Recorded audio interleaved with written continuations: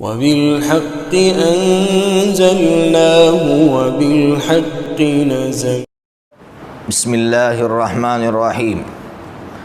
الحمد لأہلہ والصلاة علی اہلہا اما بعد. دنیا کے اندر جو فیملی سسٹم ہے وہ تین طرح کے ہیں. ایک یورپ کا فیملی سسٹم ہے. کیا ہے وہ فیملی سسٹم؟ لڑکا بالغ ہو گیا یا اس نے شادی کر لی ماں باپ سے الگ، اور اس طرح الگ ہوتا ہے کہ ماں باپ کس حال میں ہے اس سے وہ بے خبر رہتا ہے. اس کو کچھ پڑی نہیں ہوتی کہ میرے ماں باپ بھوکے ہیں، میرے ماں باپ بیمار ہے، بس وہ الگ ہوا تو الگ ہوا.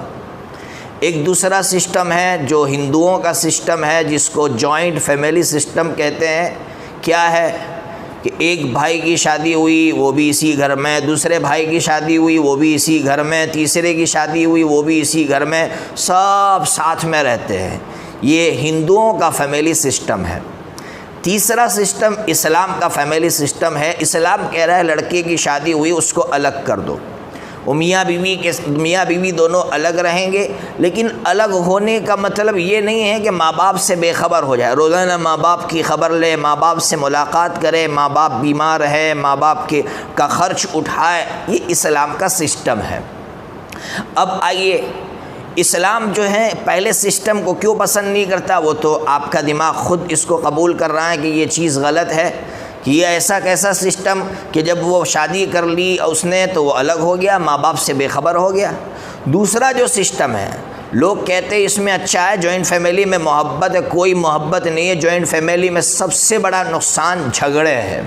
جوائنٹ فیملی سے ہی جھگڑے پیدا ہوتے ہیں. اس نے کم کام کیا، اس نے زیادہ کیا، اس نے کھانا پکایا، اس نے نہیں پکایا. نمبر 2، جوائنٹ فیملی کا دوسرا نقصان کہ خسر کی درندگی کے واقعات بہت سارے ملتے ہیں، کہ اس نے بہو کے ساتھ درندگی کی، دیور نے بھابھی کے ساتھ درندگی کی، جیٹھ نے بھابھی کے ساتھ درندگی کی. کچھ نہیں تو کم از کم کزن آپس میں، چچا کے لڑکے آپس میں، لڑکے لڑکیاں آپس میں ایک دوسرے کے ساتھ غلط کام کرتے. اس کے بے شمار واقعات ہمارے سامنے آتے ہیں. اور سب سے بڑا نقصان کہ ایک جو میرج لائف ہے، جس کو ازدواجی زندگی کہتے ہیں، اس کی خوشیاں کبھی مل ہی نہیں سکتی جوائنٹ فیملی میں. انسان اپنی بیوی کے ساتھ صحیح معنی میں پیار کر ہی نہیں سکتا ہے. اس لیے اسلام کہتا ہے.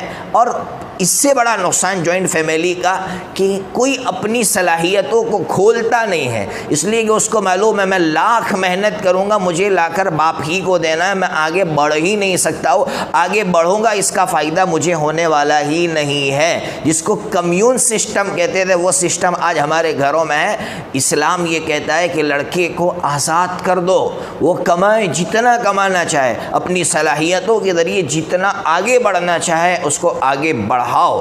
ہاں، اگر ماں باپ کے ساتھ کوئی نہیں ہے، ایک بھی بھائی نہیں ہے، ایک ہی لڑکا ہے، تب تو وہ ماں کے ساتھ رہے، باپ کے ساتھ رہے، ماں باپ کی خدمت کرے. اور اگر ایک سے زائد بھائی ہے تو وہ بھائی اس کے ساتھ میں رہے، اس کی بیوی اس کے ساتھ میں رہے، کہ جس کا مزاج ماں کے مزاج کے موافق ہو. یہ اسلام کا سسٹم ہے. اگر اس سسٹم پر عمل شروع ہو گیا تو نوجوانوں کی صلاحیتیں پروان چڑھے گی، آگے بڑھے گی. جو میاں بیوی میں محبتیں بڑھے گی، ساس بہو میں محبتیں بڑھے گی، بھائی بہنوں میں محبتیں بڑھے گی، اور اس محبت کے ساتھ ہماری زندگی آگے بڑھے گی. اللہ تعالیٰ اسلام نے جو سسٹم عطا فرمایا اس کے مطابق زندگی گزارنے کی ہمیں توفیق عطا فرمائے.